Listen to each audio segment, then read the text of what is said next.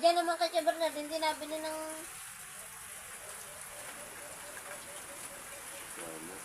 Mukha na iba at malaki na yan. Iba na pricing yan eh. Ay, iray dito sa gitna ay kita eh. Mayari. Yan ang maganda-ganda. Sa ulo. Sa ulo ba na yan? Tama. Buhay pa eh. Ayun, buhay pa talaga yan. Pero, Hindi ho yan. Hindi. Sa ulo nga yan, kita ko kanina. Higchat yan eh. Gitik yan. Ang tama, gitik. iba na. O kung makalima man lang ako nito sa bawat isang sisid. Diyan lang sa tapat mo nadali yan.